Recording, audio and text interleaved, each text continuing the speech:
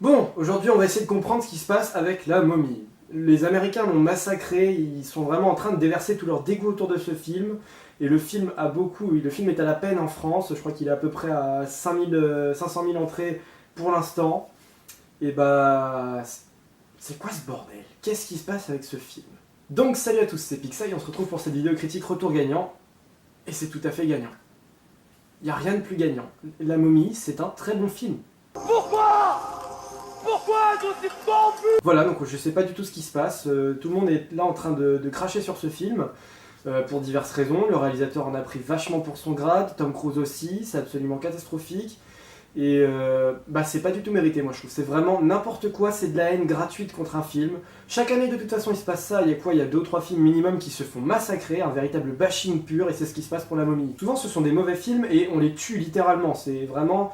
On les massacre plus qu'il ne faudrait, on appuie vraiment les défauts, on exagère, c'est vraiment de l'exagération. Et voilà, souvent c'est sur des mauvais films qu'on fait ça. Là, La Momie, c'est un bon film. C'est vraiment n'importe quoi, je comprends pas, je suis toujours en train de chercher ce qui se passe, parce que là, c'est histoire de clasher pour clasher, c'est vraiment histoire d'être en colère pour rien, vraiment pour rien.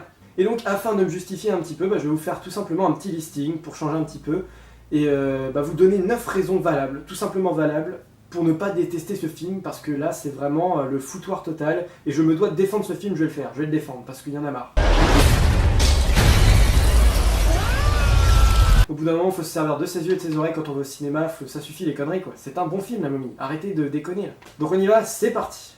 Alors, raison numéro 1 de ne pas détester ce film, tout simplement parce que c'est le début d'un univers. C'est con, ils n'ont pas gardé Dracula Untold dans cet univers. Je parle bien sûr du Dark Universe. Si vous avez vu le film, donc vous allez comprendre qu'en fait, le Dark Universe, ça va être pour concurrencer Marvel et DC Comics, afin de rassembler les monstres de cinéma dans un même univers, dans un univers commun où ils vont donc évoluer. Et donc c'est le premier film, La Momie. C'est le tout premier film de ce Dark Universe, et ça sert à rien de casser un truc dans l'œuf.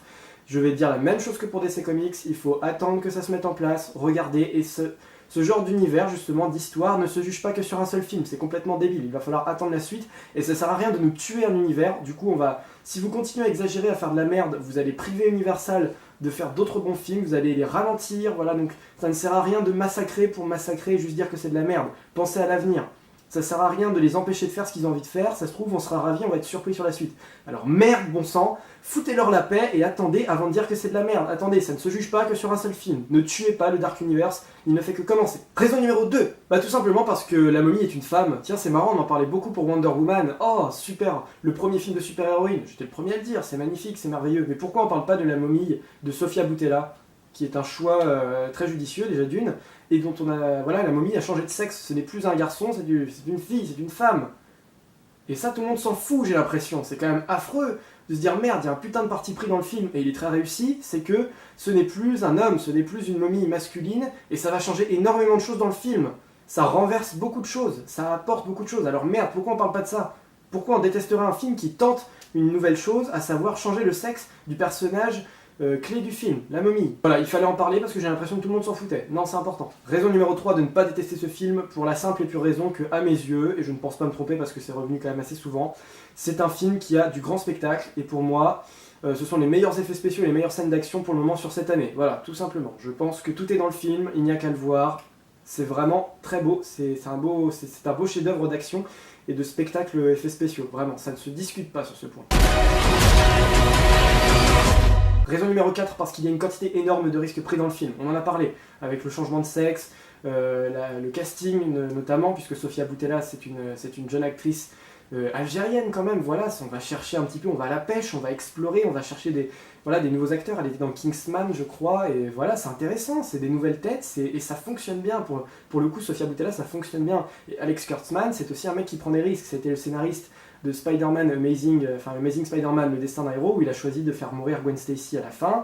Il y avait un super beau travail avec Electro, il a fait aussi les scénarios de Transformers 1 et 2, donc il s'est arrêté avant que ça se barre en couille, parce que pour moi Transformers, à partir du 3, ça n'avait plus aucun intérêt, on avait fait le tour, donc voilà. Il a fait aussi les Star Trek, donc c'est un mec qui a vraiment des idées, qui explore, qui bosse. C'est pas un feignant, c'est le genre de réalisateur qui n'est pas feignant, il en a son 3e film, et ça bosse dur, il y a du boulot derrière lui, hein, donc ça sert à rien. Il en a pris aussi vachement pour son grade, il a été hautement critiqué par les critiques américaine notamment, qui disait que c'était vraiment un film popcorn qui ne servait à rien du tout et qui était insipide et plat. Non, c'est faux, il y a un vrai travail dessus. Sur les effets spéciaux, sur le casting, tout ça, il a pris aussi Tom Cruise. Le risque, c'était essayer de ne pas refaire un Mission Impossible, parce que la bande-annonce laissait vraiment croire que ça ressemblait beaucoup à Mission Impossible, et non, ne vous fiez pas uniquement à la bande-annonce, regardez le film entier, vous verrez que non, Tom Cruise a vraiment a une présence différente, voilà, et il a un certain intérêt et un très bon jeu. Raison numéro 5 aussi, dans les critiques, là je ne comprends toujours pas non plus, justement, pour parler de Tom Cruise, tout le monde dit il est trop central, il prend trop de place, il a trop de temps à l'écran, tout ça, c'est pas possible. Il y en a qui voulaient plus voir la momie, j'ai aussi lu ça, que la momie n'était pas assez utilisée dans le film, qu'elle était vraiment trop éloignée, pas assez développée, tout ça. Et souvent dans ce genre de commentaires, on lit aussi « Je préférais la version de 1999 ». Donc le personnage central du film de 1999, c'était la momie. Alors, c'est ça? Non, c'était Brendan Fraser. Alors, c'est quoi encore ces critiques imaginaires, ces reproches totalement surréalistes, comme quoi Tom Cruise est trop présent et la momie pas assez? C'est exactement ça dans la version 1999. Brendan Fraser était limite un comic relief. Dans beaucoup d'endroits, il y a beaucoup de comic relief d'ailleurs dans cette version de 1999 avec son beauf et tout. C'était vachement fun. Enfin voilà, c'était beaucoup moins sérieux. Et là, on a une version vachement plus adulte, beaucoup plus sombre, un petit peu plus flippante même. C'est pas vraiment un film d'horreur, mais on joue sur l'épouvante quand même, des personnages monstrueux. C'est vachement plus adulte, c'est beaucoup plus dark en l'occurrence. C'est différent, il y a des nouvelles choses, voilà. Et vous vous attardez sur des trucs comme Tom Cruise qui est trop présent, mais qu'est-ce qu'on s'en fout, c'est la normale des choses. Vous vous attendiez à quoi? Qu'on ait le point de vue de la momie H24 dans le film? C'est l'antagoniste du film, ce n'est pas le protagoniste, c'est le méchant qu'il faut buter. Alors pourquoi on n'a pas le droit d'avoir un héros dans le film? Et pourquoi on n'a pas le droit de laisser sa chance à Tom Cruise? Je ne comprends pas. Là c'est n'importe quoi de penser comme ça, c'est juste histoire de chercher des excuses de merde. Raison numéro 6, il ne faut pas oublier non plus qu'en ce moment la concurrence est rude. Actuellement le film doit faire face à Alien Covenant, Pirates des Caraïbes, Wonder Woman ou encore Baywatch. 4 films dont on a beaucoup plus parlé, et même dans un contexte global aussi sur l'année. Voilà, on n'a pas beaucoup parlé de la momie, ça va être la 7ème raison, je vais en revenir tout de suite après. Voilà, mais la concurrence est extrêmement rude. Pourquoi détester un film qui, en face de lui, a des gros blockbusters qui fonctionnent super bien? Le film est déjà un petit peu plus ou moins désavantagé, il est moins mis sur le devant de la scène, alors il mérite pas tout ce tapage autour de lui. Franchement pas, non, c'est un film qui, parmi tant d'autres en ce moment, essaye de faire son petit bout de chemin, essaie de combattre. Ça sert encore à rien de lui couper les ailes, pas du tout. Laissez-le vivre, enfin voilà, laissez ce film tranquille, merde. Et donc, on en vient à la raison numéro 7, la com a été vachement plus discrète que sur beaucoup d'autres films, donc le film a moins vendu aussi peut-être d'attente, dans un sens, mais a moins spoilé. Moi, je me suis plus fait plaisir à attendre cette momie, plutôt qu'à attendre Les Gardiens de la Galaxie, ou Pirates des Caraïbes 5, où j'ai eu de la communication tout autour de moi, mais intempestive, qui m'a ruiné tout le film.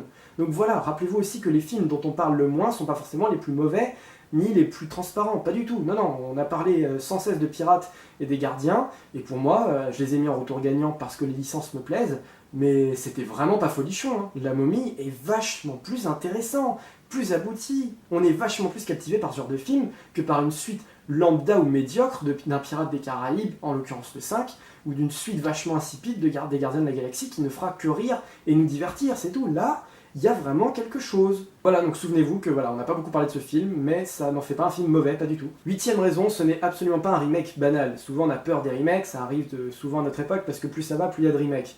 En l'occurrence, il y en a eu aussi des mauvais, hein, Kong Skull Island était vraiment pas terrible du tout, et c'était même nul.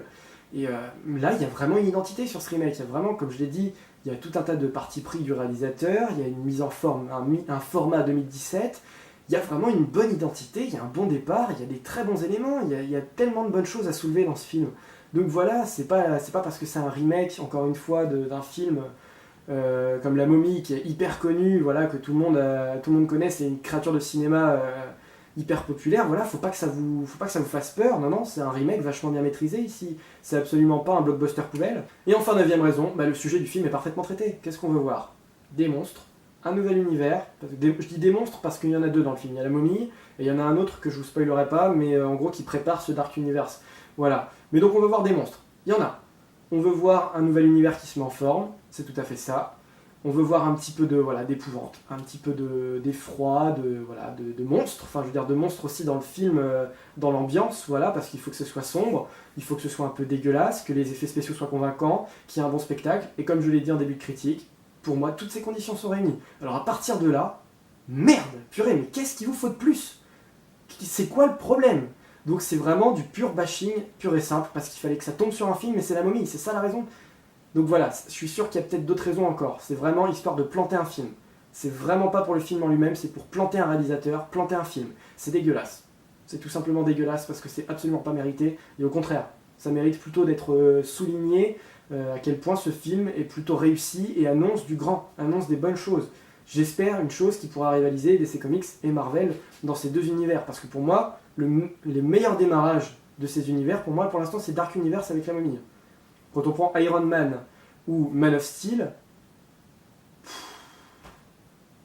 la momie commence bien, merde.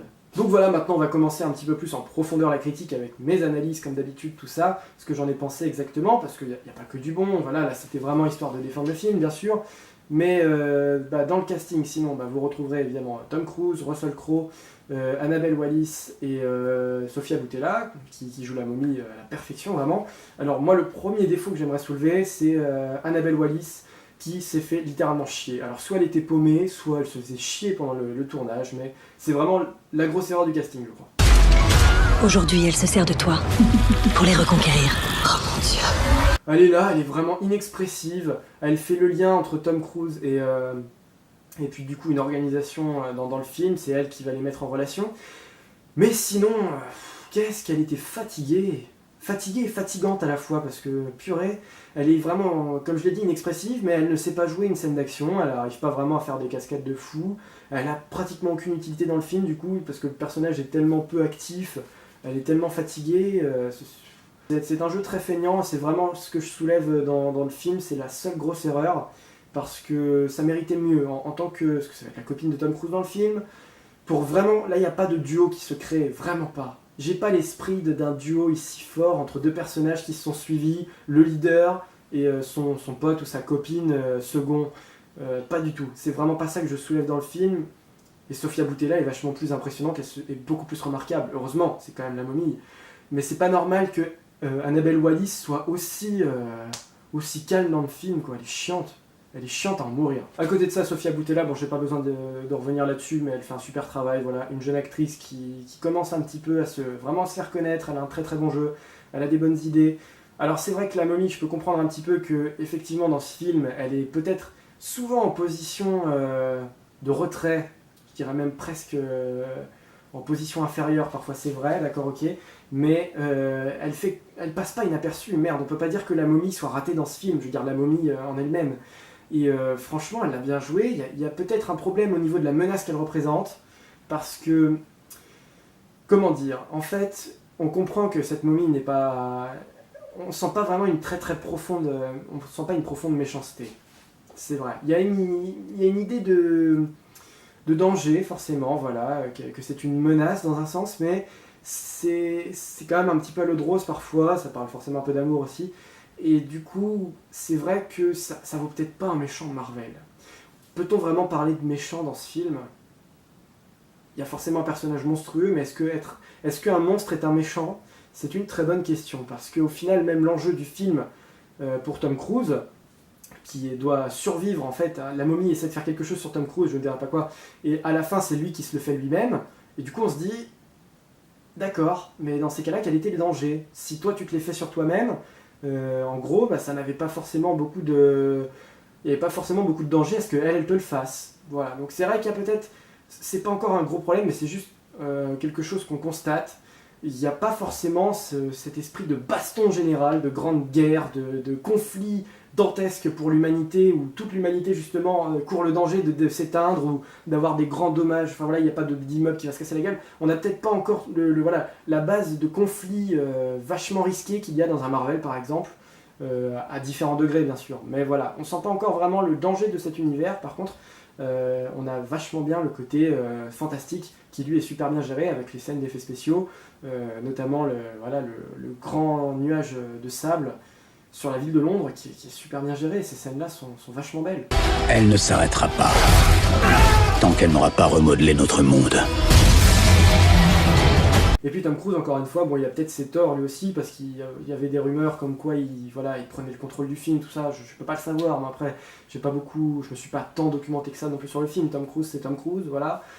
Mais à côté de ça, moi je juge sa performance d'acteur, et c'était plutôt pas mal dans ce film, voilà. Pour le mec qui aurait dû jouer Iron Man à la base, parce que c'était lui qui devait jouer Iron Man au début dans le MCU, bah là, au moins, on sent si ce Dark Universe continue bien, n'allez pas le tuer. Si ce Dark Universe se poursuit correctement, je pense qu'il aura un rôle assez majeur dans les suites et qu'il pourra trouver sa place, et qu'il l'a plus ou moins déjà fait dans ce premier film en s'installant aux commandes d'un personnage plutôt sympa. Voilà, donc le mec pilote bien, son personnage est plutôt sympa, il n'est pas trop gaguesque, heureusement, il n'y a pas trop d'humour dans le film, voilà, parce que c'est quand même un Dark Universe, et heureusement la part de sombre, de sérieux, parfois même de peur un petit peu, il pourrait y avoir un ou deux jumpscares dans le film si vous êtes un petit peu sensible à ça.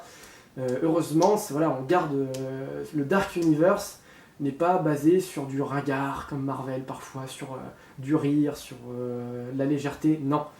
Tom Cruise gère bien ça, et tous les autres acteurs aussi, l'ambiance, la mise en scène, tout ça est toujours très sombre, maussade, un peu triste, et parfois même flippante. C'est quand même le plus important du film, ça aussi. Ce que j'aime bien aussi, c'est que le personnage de Tom Cruise a un pote au début du film qui va vite mourir en fait, parce qu'il est piqué par un insecte, et cet insecte le rend un peu fou et le rend sous l'emprise de la momie. Et à partir de là, c'est Tom Cruise qui va être obligé de le tuer avant que son ami le tue, justement, et en fait il va revenir dans le film, et ça m'a fait penser au Loup-garou de Londres. Parce que Tom Cruise lui aussi est maudit par la momie, et du coup il revoit son pote en train de se décomposer au fur et à mesure, exactement comme dans le Loup-garou de Londres, et son pote lui parle normal, il est là, ils font parfois des petites vannes ensemble, des trucs comme ça, et son pote, même en étant mort, je sais pas si c'est des hallucinations, des illusions ou quoi, mais il revoit son pote mort, exactement comme dans le Loup-garou de Londres, où le loup-garou, quand il est humain en fait, il voit ses victimes totalement arrachées, décomposées, et comme un loup-garou a tué son meilleur pote, il voit son meilleur pote en squelette des fois lui parler, et il essaye de sortir de cette situation. C'était exactement pareil dans La Momie, et c'est une très bonne référence. L'erreur aussi de base qu'il y a, l'erreur de débutant, c'est qu'on parle beaucoup du dieu Seth dans le film. On le dit, dieu de la mort, c'est faux. Donc ayant quelques petites notions sur la mythologie égyptienne, puisque ma mère est totalement fan de ça, non, le dieu de la mort c'est Anubis. Anubis en gros c'est un dieu de la mort, mais c'est un dieu de la mort bienveillant. C'est certainement pour ça qu'ils l'ont pas mis dans le film, parce qu'Anubis conduit les morts jusqu'au tribunal de Osiris pour les mettre dans le paradis, tout ça. Donc Anubis c'est plutôt un dieu sympa. Seth en effet est un dieu du mal, mais c'est pas le dieu des morts. Et c'est un dieu relativement sournois, pas forcément hyper mauvais. Le vrai dieu du mal, l'entité la plus chaotique, la plus diabolique qu'il y ait dans la mythologie égyptienne, c'est Apopis, le dieu du chaos qui essaye d'engloutir le monde dans le... Voilà. À la rigueur, ils auraient pu prendre Apopis, ça aurait été sympa, je sais pas après comment ils auraient pu mettre ça en route, mais Seth n'est pas le dieu des morts, donc arrêtez de dire ça, ce n'est pas le dieu de la désolation. Seth, c'est un peu le dieu de la colère, des tempêtes de sable, je crois, du désert, mais il a aussi ses bons côtés. Il est un peu sournois, il y a eu des trucs comme ça dans la mythologie, voilà, mais c'est pas forcément le suprême dieu du mal, non, pas du tout. Mais qu'est-ce que c'est? À côté de ça, franchement, à l'écran, il y a des décors vraiment beaux, c'est très beau. Ce qui est sympa, c'est que ça se passe pas beaucoup en Égypte aussi. Un parti pris, là encore, un essai, une tentative très réussie, qui nous emmène ailleurs, on va pas voir un film en Égypte avec le soleil, les palmiers, les pyramides et tout, et puis un tombeau dans lequel sort un mec avec des bandelettes ou quoi. Non. Ça nous emmène vraiment parfois sur des scènes un petit peu Walking Dead. Dans la nuit, dans une forêt, et on voit des espèces de momies zombies un petit peu qui sortent de nulle part, et je m'attendais vraiment pas à me retrouver sur ce terrain-là. C'est très réussi, ça innove sur ce point et sur pas mal de choses. Les costumes sont super aussi, la momie, tout ça, j'ai trouvé que c'était vachement beau, il y a une bonne ambiance, le son est très, très bon aussi, les musiques, tout ça, ça participe à vraiment créer une ambiance qui s'est vachement bien trouvé. Le film s'est bien trouvé là. C'est quand même fou de voir que tout ça est quand même vachement bien maîtrisé, il y a déjà un super taf, ils ont pas réitéré les erreurs de DC Comics et de Marvel dans les débuts, et putain, pourquoi tout le monde demande ce film? Voilà, donc on va conclure là, ici, pourquoi? Quel est le problème? On a fait le bilan ensemble, il y a du bon, il y a du mauvais, surtout cette actrice Annabelle Wallis, mais en dehors de ça, merde, putain, le film a évité, mais combien d'erreurs il a évité? combien de fois, putain, le film aurait pu tomber dans de la banalité, dans de la connerie, dans de l'humour. Tout ce qu'on essaye d'éviter en ce moment dans les grandes licences qui se banalisent, qui se répètent, qui font le tour, qui ne marchent plus correctement parce qu'elles en font le minimum, vraiment, il n'y a plus du tout de... Il n'y a plus l'essence, des fois l'esprit de ces grandes sagas s'éteint petit à petit et ne revient pas. Et merde, quand on a ce Dark Universe qui commence comme ça, en disant bah merde, nous on a retenu les leçons, on vous a vraiment mis le paquet, on va vraiment vous surprendre, on vous a mis de l'inattendu, on essaye de changer, d'imbriquer des trucs, on vous met aussi un peu de nouveau casting, on essaie de voir un petit peu, de faire monter, voilà. Merde alors putain, c'est quoi le problème là? C'est quoi le problème? Il y a des films passe-partout où on les regarde, voilà, et tout le monde se marre, tout le monde est, voilà, mais tout le monde en a rien à foutre de tous les défauts qu'il peut y avoir dedans, de tout ce qui a été raté, on passe ça sous silence, et là après on a des films comme La Momie qui, voilà, essayent un petit peu de nous diriger vers un autre endroit, sont super réussis, font un travail admirable, et là on ne voit que les défauts parce qu'on choisit de ne voir que ça. Au bout d'un moment ça suffit, quoi, là ça suffit, donc ce film-là ne mérite absolument pas tout le tapage qu'on en fait. Voilà, tout simplement pour terminer là-dessus. Baisse-toi! Cours! Donc voilà, il y a un back retour qui suit tout de suite après, voilà, donc restez, ça peut vous intéresser. Donc non, montrons-nous plus intelligents, ne soyons pas tous des moutons, voilà, essayez d'analyser un petit peu, franchement, il y a du bon, il y a du très bon, il y a du positif là-dedans à retenir, donc voilà. Je ne peux que vous conseiller d'aller voir La Momie. Salut à tous.